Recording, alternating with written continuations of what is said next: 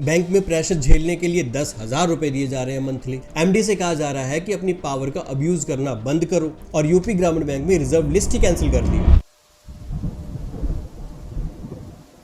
Central bank of India का एक पुराना सर्कुलर 21 दिसंबर 2024 का आज एक्स पे वायरल हो रहा है। बेसिकली इस सर्कुलर में एक स्पेशल अनाउंस किया गया था ब्रांचेस के लिए। अब कुछ लोग कह रहे हैं कि ये कुछ नहीं है, बस पैसे देकर मुंह बंद कराने वाली बात है। कई लोग एक्स पर इस सर्कुलर को शेयर करके क्रिटिसाइज कर रहे हैं। उनका कहना है कि जो एक्चुअल काम होता है वो तो फील्ड स्टाफ ही करता है। पॉलिसीज ऊपर वाले बनाते हैं, टारगेट्स ऊपर वाले बनाते हैं, लेकिन उन्हें फुलफिल कौन करता है? पूरा कौन करता है? पूरा ब्रांच का स्टाफ ही करता है। बजाय कि मॉनेटरी रिवॉर्ड देने की ट्रांसपेरेंसी लानी चाहिए थी प्रमोशंस में। कई एक्स यूजर्स का ये कहना है कि जब भी प्रमोशंस होते हैं तो अपने चहेतों को प्रमोट कर दिया जाता है, लेकिन जो एक्चुअल में डिजर्विंग कैंडिडेट्स होते हैं वो पीछे रह जाते हैं। अब यहाँ पर भी दो केस बनते हैं। कुछ लोगों को प्रमोशन चाहिए होता है, कुछ लोगों को प्रमोशन नहीं चाहिए होता है। मैक्सिमम लोगों का ये मानना होता है कि बैंक में या तो प्रमोशन ले लो, अगर प्रमोशन नहीं ले रहे हो तो बिल्कुल मत लो, बीच में मत अटको। क्योंकि जो बीच में अटकते हैं ना, जैसे कि स्केल 1 हो गया, स्केल 2 हो गया, स्केल 3 हो गया, यही वो 3 कैडरे हैं जिनके ऊपर सबसे ज्यादा वर्कलोड होता है। क्लर्क तो कह देता है कि मैं तो 4:45 बजे जा रहा हूं, मेरा काम खत्म। और जो स्केल 4, स्केल 5, स्केल 6 होते हैं, ये सिर्फ ऑर्डर देने के लिए होते हैं। पूरी बैंकिंग इंडस्ट्री में अगर कोई सच में काम कर रहा है, जिसके कंधों पे बैंक का बोझ है, तो वो यही 3 कैडरे हैं, स्केल 1, स्केल 2 और स्केल 3। तो कई लोगों को ये आर्गुमेंट जो लोग एक्सपेक्ट कर रहे हैं कि रिवॉर्ड देने से क्या होता है, मॉनेटरी बेनिफिट से क्या होता है, प्रमोशंस में ट्रांसपेरेंसी लानी चाहिए थी, कुछ लोगों को हजम हो रहा है और कुछ लोगों को हजम नहीं हो रहा। अपना अपना पीओवी है। अब कुछ लोग जो कई सालों से प्रमोशन की वेट कर रहे हैं, नहीं हो पा रहा, नहीं क्लियर कर पा रहे इंटरव्यू, ब्रांच की प्रोग्रेस अच्छी है, सब कुछ अच्छा है, सारे बजट्स पूरे कर रखे हैं, फिर भी प्रमोट नहीं हो पा रहे, उनको इस बात की शिकायत है कि मॉनेटरी बेनिफिट देने से कुछ नहीं होना था, ट्रांसपेरेंसी लाते प्रमोशंस में। और जो प्रमोशंस नहीं लेना चाहते, वहीं ब्रांच में रहना चाहते हैं, अपने घर परिवार के आसपास रहना चाहते हैं, ज़्यादा स्ट्रेस नहीं झेलना चाहते हैं, उन लोगों के लिए ये जो मॉनेटरी बेनिफिट है वो काम कर रहा है। अब सेंट्रल बैंक ऑफ इंडिया में ये जुलाई से देना शुरू हो गया था। जुलाई 2025 से अनाउंसमेंट हुई थी कि अप्रैल 25 से स्टार्ट करेंगे, बट इंस्टाग्राम पे कई सारे बैंकर्स ने बताया कि ये जुलाई 2025 से मिला तो बैक डेट से ये शुरू हो गया था। आप बताना कि आपका इसके बारे में क्या कहना है। एक तरफ पैसे हैं और एक तरफ प्रमोशन है। अगर आपके ऊपर ज्यादा प्रेशर आ रहा है, ब्रांच का वर्कलोड ज्यादा है और बदले में आपको हर महीने कुछ इंसेंटिव मिल रहा है, कुछ स्पेशल अलाउंस मिल रहा है, तो वो आपके लिए ज्यादा सही है, या फिर आप चाहते हैं कि जो प्रमोशन का प्रोसेस है वो ट्रांसपेरेंट होता? कमेंट करके जरूर बताना। 27 अक्टूबर से लेकर 2 नवंबर तक विजिलेंस अवेयरनेस वीक चल रहा है और इस विजिलेंस अवेयरनेस वीक की जो थीम है वो है सतर्कता हमारी साझा जिम्मेदारी। अब इस पर एक एक्स अकाउंट ने मीम ही बना दिया। अब ये जो फोटो आप देख रहे हो, इसमें एमडी को ये शपथ लेते दिखाया गया है कि I will not abuse my power to promoting people under मी।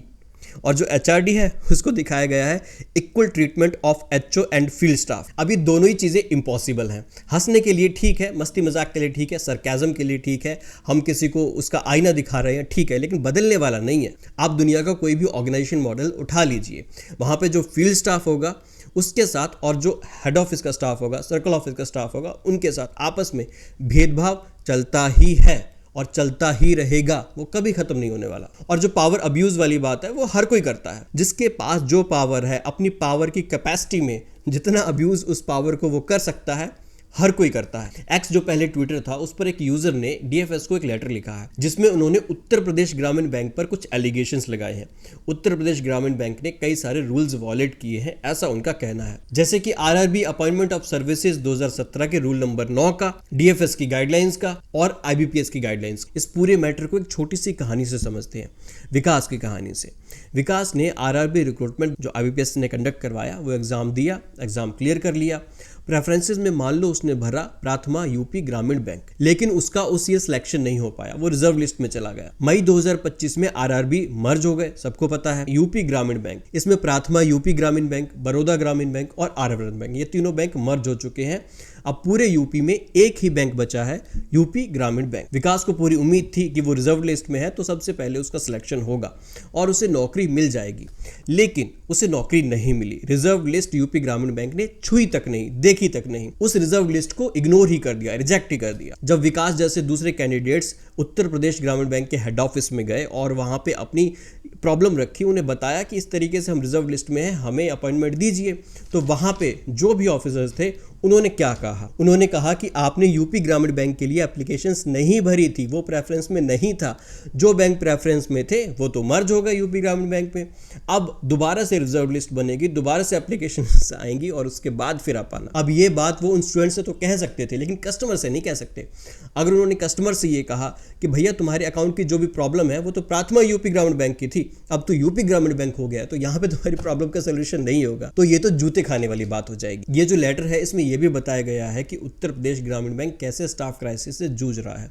1326 लोगों ने ज्वाइन किया, 140 लोगों ने रिजाइन कर दिया। अभी भी यूपी जीबी के पास 634 वैकेंट पोजीशंस हैं, लेकिन उत्तर प्रदेश ग्रामीण बैंक वो 634 वैकेंसीज भर नहीं रहा है, रिजर्व लिस्ट से भी नहीं भर रहा। अब इस लेटर में लीगल एंगल को भी बताया गया है। For example Punjab and Haryana high court 2023 का एक केस बताया गया है, ज्योति एंड अदर्स वर्सेस सर्व हरियाणा ग्रामीण बैंक, जिसमें ऑनरेबल कोर्ट ने ये जजमेंट दिया था कि आप रिजर्व लिस्ट को विदहेल्ड नहीं कर सकते आफ्टर मर्जर। उत्तर प्रदेश ग्रामीण बैंक में जो भी हो रहा है वो ठीक नहीं है, क्योंकि बैंक का स्टाफ ऑलरेडी बहुत ज्यादा वर्क प्रेशर झेल रहा है। बहुत सारी गवर्नमेंट की स्कीम्स हैं, स्टेट गवर्नमेंट की स्कीम्स हैं, जिनको पूरा करने का पूरा दायित्व बैंकर्स के कंधे पर ही होता है। और फिर बैंक की रूटीन दिक्कतें भी होती हैं, रूटीन प्रॉब्लम्स भी होती हैं, कस्टमर की प्रॉब्लम्स भी होती हैं, और रूटीन के बहुत सारे काम होते हैं, अकाउंट ओपनिंग, लोन वगैरह 100 चीजें, एनपीए वगैरह, बहुत सारी चीज, बहुत सारे काम होते हैं। अब इतने सारे काम के लिए बहुत सारे एम्प्लॉयज भी चाहिए।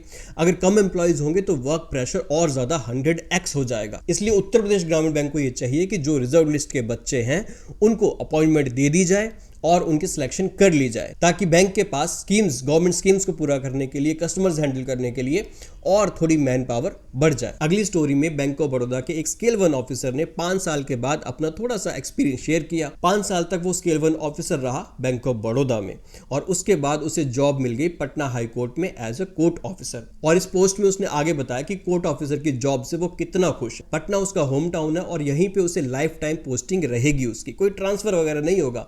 जैसे बैंक में हर 3 साल के बाद आपका ट्रांसफर हो जाता है, कभी इधर कभी उधर, प्रमोशन ले ली, फिर तो कुछ नहीं पता कि भारत के कौन से कोने में जाके आप अपनी सर्विसेज देने वाले हो। और सबसे इंपॉर्टेंट बात उसने कही कि यहाँ पे उसे टन्स ऑफ हॉलीडेज मिलते हैं, जो भी सरकारी छुट्टी होगी वो उसके नसीब में होगी, जबकि बैंक में ऐसा नहीं होता। उसने एक इंसिडेंट शेयर किया कि उसकी अपने मैनेजर से एक बार बहुत ही हीटेड आर्गुमेंट हो गया था, लड़ाई हो गई थी, बहस हो गई थी, सिर्फ 2 दिन की कैजुअल लीव लेने के लिए, जो उसकी फैमिली इमरजेंसी थी कोई, और वो 2 दिन की लीव भी उससे नहीं मिली थी। तो इसका क्या मतलब है? अरे यही मतलब है ना कि पटना हाई कोर्ट में एक कोर्ट ऑफिसर का जो वर्क लाइफ बैलेंस है वो ज़्यादा अच्छा है बैंक के स्केल 1 ऑफिसर से। अगर आपने मेरी पिछली वीडियो देखी होगी तो मैंने इसमें बताया था कि बैंक ऑफ बड़ौदा में 2.5 साल में 1600 से ज़्यादा एम्प्लॉयज़ रिज़ाइन कर चुके हैं, यानी कि हर दिन एक एम्प्लॉय रिज़ाइन करके जा चुका है। ये भाई साहब उसी में से होंगे, और ये बहुत अच्छी बात है। अगर आपके पास अपॉर्चुनिटी है, अगर आपके पास स्कोप है बाहर निकलने का, तो बैंक जॉब मत करिए, बैंक जॉब से बाहर निकलिए। लेकिन अगर आपके पास स्कोप नहीं है, आपने बहुत सारे लोन्स ले रखे हैं, आपके सिर पे बहुत सारे लोन हो गए हैं, तब तो फिर बैंक की जॉब करने के अलावा और आपके पास कोई ऑप्शन है नहीं।